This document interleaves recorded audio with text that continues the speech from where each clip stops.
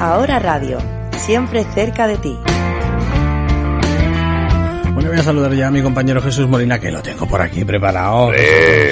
No podía ser. Los lunes, no podía ser menos. Los lunes sin ti no son lunes, ¿eh? Hombre, claro que no. Hoy sin venir a la radio, mis amistades ya lo saben. Hoy tienes el programa. Claro, ¿no? Y además eso marcado en la agenda, que es algo que me gusta mucho de ti, ¿no? Hay muchos compañeros, por muchas circunstancias, ¿no? Pues se puede faltar o se puede cambiar o hay que hacerlo grabado. Jesús Molina no falla ni un lunes, ¿eh? No hemos fallado nunca. Yo creo que lo no. He estado viendo incluso. Ha habido veces que digo, mira, si pasa, si llego más tarde nunca, porque nunca, tengo nunca. una prueba o algo. Pero no, y menos la pandemia que lo hacíamos por teléfono también. Sí, o sea, sí, pero jolín, no. que a lo tonto, ¿cuántas temporadas llevas tú ya en No echa en la cuenta, Ahora pero Radio? programas llevamos 372 programas. Échale 372 y siempre intentando pegar algún cambio y de fíjate algún que, sí, tema. que además es algo que recuerdo muchas veces contigo, el hecho de cómo empezó Mente Sana, que empezó como un experimento de verano. Un experimento de verano que me dijo María José, oye, prepárame 4 programas, ahora me acuerdo, porque nervios tenía el primer día. Se notaba, cuando lo escucho se notaba, Claro. Joline, pero bueno, mira, ya esto me ha servido y te digo una cosa, y gracias a Mente Sana, y gracias al programa, porque a mí me ha servido para aprender mucho, porque claro, me he tenido que documentar, y a mí me ha hecho que indagara, que profundizara más en algunos temas. Hay que mucha gente que se cree que a lo mejor, yo qué sé, no sé, pero los que hablamos en la radio como que sabemos de todo, ¿no? Los que hablamos en la radio sabemos muchas cosas o tenemos que estar informados o conocemos de lo que hablamos, pero no tenemos todas las claves. Para preparar cada cosa y cada tema que tenemos que tratar o hablar, nos tenemos que documentar muchísimo. Y además asegurarte de lo que dices. Es que tenemos la responsabilidad de no mentir, no decir cosas que son no de todo reales. De la fuente. O claro, fidedignas. Claro. Tú tienes que irte a la veracidad de lo que vas a contar y eso es una responsabilidad después. Intentando siempre que el final sea positivo. Siempre. He Eso. Aprendido con Mente Sana, he aprendido con Confianza en el Camarote, que también he aprendido mucho. Mítico programa de la radio. Pues sí. Y bueno, hoy en su día hablamos de los silencios. Hoy el tema... Yo te estoy preguntando todas estas cosas porque estas son cosas que pensamos, que sentimos, que vivimos y que muchas veces no contamos. Y como el título del programa hoy es Los peligros de callar, lo que pensamos o sentimos, digo, anda, fíjate, y después vamos a hablar de la sigefobia, que sí, mira, yo la verdad, tú que tú aprendes. Hombre, pero lo que aprendo yo contigo. Los dos. Sí, vamos a hablar de la sigefobia, bueno, es el síndrome de tenerle miedo al silencio. Anda. Que todos tienen síndrome y todos tienen un trastorno. Bueno, hay un especialista que vamos a hablar también de lo de callar otorga, un dicho que hay. El que calla y otorga. Vamos a hablar también del silencio terapéutico, o sea que no vamos a hablar, que ya en su día hablamos del silencio, que dije, con lo que yo hablar del silencio ya es difícil. Bueno, pues eso, los peligros de callar lo que pensamos y sentimos, ¿no? Y para empezar, una frase de Mario Benedetti, que me gusta mucho, es uno de mis poetas favoritos, que dice que hay pocas cosas tan ensondecedoras como el silencio, y bueno, esto lo escribió Mario Benedetti, ¿no? Bueno, pues los silencios esconden ilusiones, miedo, inquietudes, confusión, resignación y para muchos paz y armonía. A mí el silencio en un momento dado me viene genial, ¿eh? Sí, pero no el silencio puro. No, da de miedo. hecho hay una habitación de silencio puro donde se han hecho experimentos y es que el ser humano se vuelve loco, de verdad, no estamos acostumbrados ni estamos genéticamente preparados para el absoluto silencio, el vacío absoluto. Esa es la sigefobia, Sí, la fobia esa, al silencio. Y acuérdate del Caballero de la Armadura Oxidada, que es uno de mis libros favoritos. No voy a acordar. Que va al castillo del silencio para encontrarse consigo Sí. mismo. O sea, fíjate tú si hay... Pues bueno, es verdad esto que hay silencios que arrastran una marea de emociones, ¿no? Y sin embargo a menudo preferimos pensar y decir que y el que calla otorga, y confundimos el silencio con el consentimiento, y caemos en la falacia del quietismo, ¿no? Que es otra palabrita. ¿Qué es la falacia del quietismo, no? Pues la falacia del quietismo son inferencias o conclusiones no válidas de la realidad que usamos para justificar nuestra postura. Generalmente se trata de argumentos que no guardan relación con las ideas expuestas, pero a menudo recurrimos a ello para obligar a nuestro interlocutor a aceptar la validez de la tesis inconsciente. Algunas falacias manipulan los hechos, otras hacen leva en el aspecto lingüístico y recurren a la ambigüedad, la incomprensibilidad de los enunciados o la ausencia de significado tras la idea para confundir. La falacia del quietismo, también conocida como falacia de la reserva, se basa en la idea del que calla otorga. Quien recurre a esta falacia sostiene que la persona que no argumenta a su favor no se defiende o no interviene o está de acuerdo con las ideas planteadas o con el estado de las cosas. Que muchas veces dice, me callo porque para qué le voy a contestar a esta persona, ¿no? El que calla no otorga, el que calla busca la paz muchas veces, ¿no? De hecho es un tipo de argumento de ignorancia, es una llamada a la ignorancia, ya que se asume que el silencio y el quietismo son una prueba de consentimiento, y no es así. No. Se suele señalar con la frase, la ausencia de prueba no es prueba de ausencia, es decir, comete esta falacia cuando dice que algo es verdad o mentira basándote en la ignorancia existente sobre ella. Por ejemplo, se puede pensar que una persona que no se pronuncie contra las armas está a favor de su uso. Yo, por ejemplo, no me pronuncio, pero no estoy a favor de su uso. Obviamente no es así, ¿no? La Madre Teresa de Calcuta decía que no me inviten a una marcha contra la guerra, invítenme a una marcha a favor de la paz y seré la primera. Fíjate que es lo mismo, pero no es lo mismo, porque ya estamos hablando de la guerra, ¿no? El que calla no siempre otorga, lo único cierto es que calla, y eso es verdad, ¿no? El resto son conclusiones que realizamos según lo que nos convenga. Pensar que el silencio es consentimiento implica hacer caso omiso del contexto y de las señales que indican que ese callar puede ser fruto del miedo o la resignación. Pues muchas veces calla la gente por miedo a que tengan repercusiones sobre él, ¿no?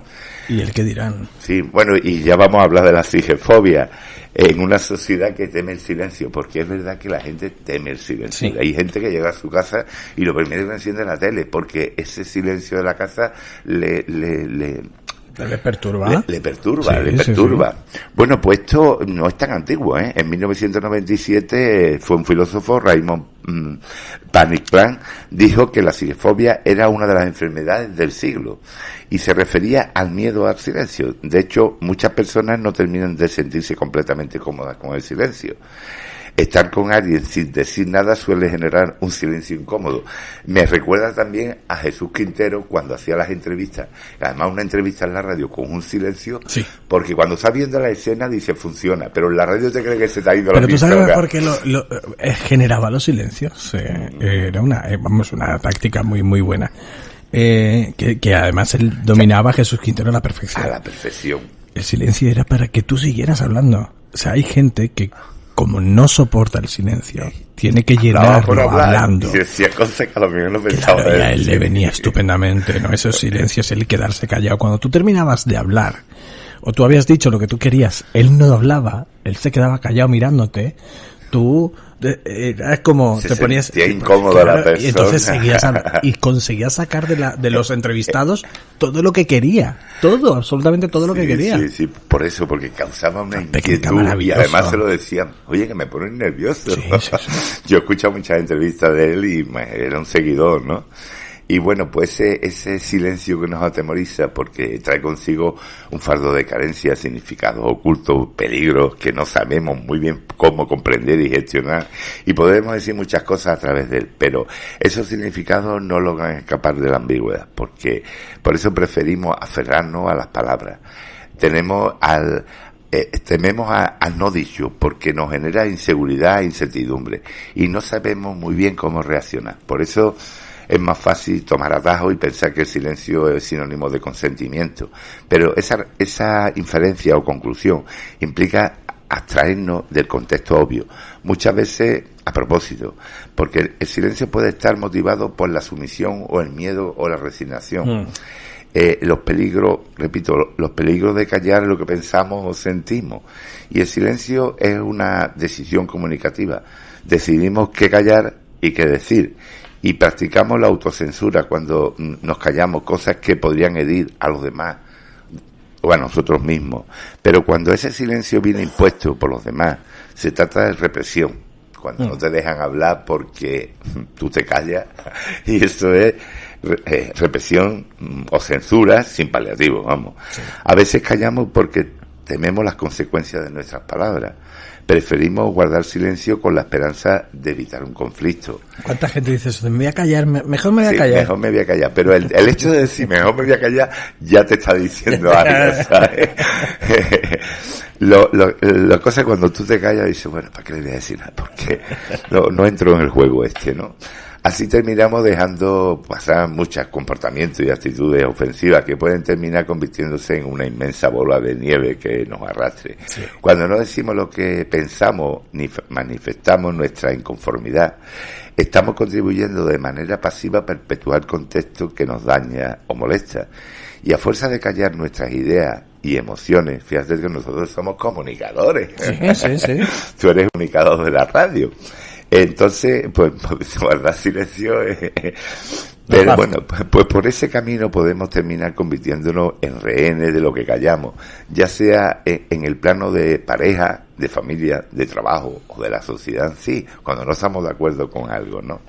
Entonces llegamos a un punto en el que nos encontramos en una situación completamente insatisfactoria, que nos resignamos a seguir sufriendo en silencio y lo explotamos, porque el que calla muchas veces le ataca la garganta. En biodescodificación, lo que callamos nos ataca la garganta, ¿eh? Sin embargo, hay un anónimo que dice algo de callar. Mira, dice, callar las cualidades propias es humildad. Callar las buenas obras del prójimo es envidia.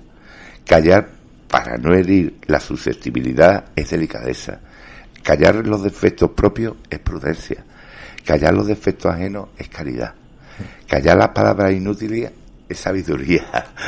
Callar para escuchar es educación, porque muchas veces hablamos y no escuchamos. Escuchamos para contestar, no para escuchar. No oímos. Callar a tiempo es discernimiento. Callar junto al que sufre es solidaridad. Callar cuando se ha de hablar es cobardía. Callar ante el fuerte es sometimiento. Callar ante el débil es magnanimidad. Callar ante la injusticia es complicidad. Callar en los momentos de dolor es virtud. Y callar ante la injuria es fortaleza. Así que bueno. Y existe un proverbio árabe también que me gusta mucho, que dice, si lo que va a decir no es más bello que el silencio, solo diga, cállate, tío. Es así, ¿eh? Y, oye, no sabía que era árabe el proverbio. Hay otro que me hace mucha gracia, ¿no? Lo de que muchas veces es mejor mantener la boca cerrada y parecer tonto, sí, que abrirla y... En boca cerrada no entran moscas. Pero, ¿sabes lo que te digo, no? O sea, sí, perfectamente. Calladito, parezco tonto, pero más que hablar y dejarlo claro. Exactamente. Cuidado, que muchas veces hablamos... A veces es bueno hacerse pasar por hablamos tonto, por hablar y hablamos demasiado. Por eso, porque a veces guardar silencio da más fuerza a lo que callamos, ¿eh? Sí. A veces un silencio dice más que 1000 palabras también, pero a veces no. Y el éxito comunicativo del silencio no depende únicamente de nosotros, sino también de la sensibilidad de nuestro interlocutor, volviendo otra vez a Jesús Quintero, ¿no? El silencio es un arma poderosa también. De hecho, en la Segunda Guerra Mundial, Hitler hacía a la hora nona, obligaba a los ingleses a guardar silencio, que era cuando bombardeaban Londres. Y fíjate la fuerza que tiene el silencio, ¿eh? Bueno, de hecho, la teoría dice que eran una guerra de sectas, ¿no? La secta de Hitler, la secta claro. de... Sí. Y bueno, y guardaba, obligaba a la gente a la hora nona a guardar silencio. Fíjate el poder que te puede tener esto también, ¿no? Y lo importante es dejar clara nuestra posición e incluso la ausencia de ella cuando aún no estamos seguros de nuestra postura. Porque si lo que vamos a decir es una tontería o no estamos seguros, prefiero no hablar, prefiero aprender, ¿no? y indicar que no está, o indicar que no estamos de acuerdo, e incluso decir que todavía no hemos formado una opinión correcta. Oye, ¿qué te parece esta persona? Pues mira, no la conozco lo suficiente, ¿no? ¿Para qué voy a hablar de una cosa que no sé, ¿no? Claro. Se trata de encontrar la vía para que los demás puedan entender mejor que nos sentimos o que pensamos defender nuestros derechos asertivos, y no ceder paso a las personas que puedan malinterpretar nuestro silencio bajo ese de que el que calla otorga, ¿no? Y bueno, vamos a experimentar el silencio, que es uno de los tratamientos que se están empleando en psicoterapia para deshacernos del estrés, de la tensión, para relajarnos y conectar el cuerpo y la mente. Y el silencio como antesala de la conciencia despierta. Esto es una cosa más de mindfulness, ¿no? Y hay dos tipos de silencio. Uno antes de la palabra, es un querer decir, y otro después de la palabra. Parece una perogrullada, pero es así. Es un saber que no puede decirse lo único que valdría la pena decir, y nos asusta el silencio. ¿Y por qué nos asusta el silencio? Porque no nos conocemos. Nos asusta el silencio porque esto implica entrar en contacto con nosotros mismos. Huimos de él porque huimos de nosotros. Y se trata de un temor a quedarnos a solas con una parte de nuestro ser que nos negamos y a ver con los miedos y heridas que hemos ido ignorando y acumulando. Y nos aterra escuchar nuestra propia voz, un grito interior que hemos sepultado durante años bajo voces ajenas y ruidos exteriores. No nos conocemos porque nunca nos hemos quedado solos, y el silencio. No nos conocemos y nos asusta hacerlo. Y cuando el silencio aparece, trae consigo los sonidos de nuestras sombras, de esas partes oscuras que no reconocemos como propias, cuando sí lo son. Y bueno, ¿de dónde sale esa ansiedad, ese sentimiento de soledad y ese vacío que iba contenido, que surge cuando estamos en silencio, ¿no?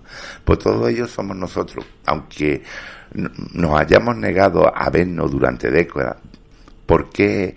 Porque no estamos acostumbrados. Y sin embargo, no toda la culpa es nuestra, ¿eh? Porque hemos nacido y vivimos inmersos en una sociedad que nos enseña a conectar y a escucharnos y nos ocupa en distraer constantemente, sí. Porque hay un bombardeo de palabras, de noticias y de cosas, ¿no?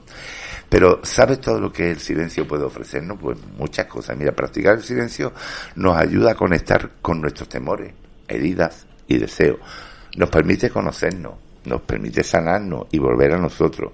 Nos ofrece la oportunidad de descubrir nuestros anhelos y opiniones, de recuperar nuestra fuerza y nuestra voz. Cuando te conoces y te aceptas, cuando aprendes a amarte y a estar contigo, no hay otro lugar comparable en el mundo. Solo tú puedes llenar tus vacíos, curar tus heridas y vencer tus miedos. Solo tú puedes trabajar con tus sueños y objetivos. Entonces, ¿por qué temes estar contigo? Date una oportunidad, descubrirás cuánta falta te has hecho este tiempo. En la tradición oriental se encuentra la expresión Wu Wei, que luego hablamos una vez. Sí. Esto es el ejercicio de la acción a través de la no acción. Y es un estado en el cual te permiten no dirigir, no interferir en lo que está ocurriendo. A mí me gusta llamarlo fluir, yo sé mucho de fluir, ¿no? Más o menos lo mismo. Se trata tan solo de ser consciente de que las cosas vienen y van como nubes en el cielo, en una mente única, y sean tal cual sean, está bien, son las que están siendo, y no puedes hacer otra cosa. Pero esto no significa que cuando haya que hablar o intervenir, manifestarse en definitiva, no haya que hacerlo. No es lo mismo no actuar que no hacer nada. Detrás de todo impulso consciente o inconsciente, por nuestra parte, esperamos algo. Mantener el eje del silencio significa entrar en el ámbito de la no manipulación, de la no ejecución de órdenes o de ideología. Y el hombre es un ser social y hace una de las palabras para referirse a la realidad y relacionarse con los otros. El problema estriba en quedarse enredado en ello. La realidad no es definida ni atrapada en su esencia por medio del lenguaje, pero tampoco lo es por medio del único silencio. En el Zen, y ya con esto voy a terminar, digo, si me sobra tiempo leo hasta un cuento, pero no. En el Zen se enseña que cuando hay que hablar, se habla, cuando hay que callar, se calla. Y la meditación Zen, que ya sabemos que es un ejercicio pleno de contemplación, sin interferencia, cuidado, la meditación Zen, que he ido a templo Zen, es mirando a la pared como si estuviera castigado. Me llama mucho la atención, pero es un poder de concentración mucho mayor, ¿no? Y bueno, y hablando del silencio y la psicoterapia, pues ya hemos dicho que en el mundo en que estamos, constantemente rodeado de ruido, el silencio se vuelve más que necesario en ocasiones, ¿no? ¿Sabes qué pasa? Que cuando tú estás solo contigo mismo, en tu silencio, ves quién eres. Y yo creo que estamos en una sociedad que no quiere ver la realidad. Prefiere tener esa imagen proyectada en la que te crees el mejor en esto, que sabes más que nadie en lo otro, o en tal o en cual, ¿no? En esa sociedad en la que estamos, en la que todo el mundo sabe más que nadie de todo, ¿no? Cuando tú estás en el silencio y te das cuenta de que eres una persona normal y corriente, como el resto de la población humana, no te gusta verte reflejado en ese espejo, y es curioso. Sin embargo, el silencio nos habla, ¿eh? Hombre, claro. Y me podía haber enrollado mucho más cómo se utiliza la psicoterapia. Pero mira, hay una reflexión del historiador latino Curcio, que dice que los ríos más profundos son siempre los más silenciosos. Así que comienza a practicar el silencio, y como describe el Tao, el poder permanece cuando el ego se queda tranquilo y en silencio. Así es. Un abrazo y buen camino por la vida. Hasta la semana que viene, Jesús. Hasta la semana que viene.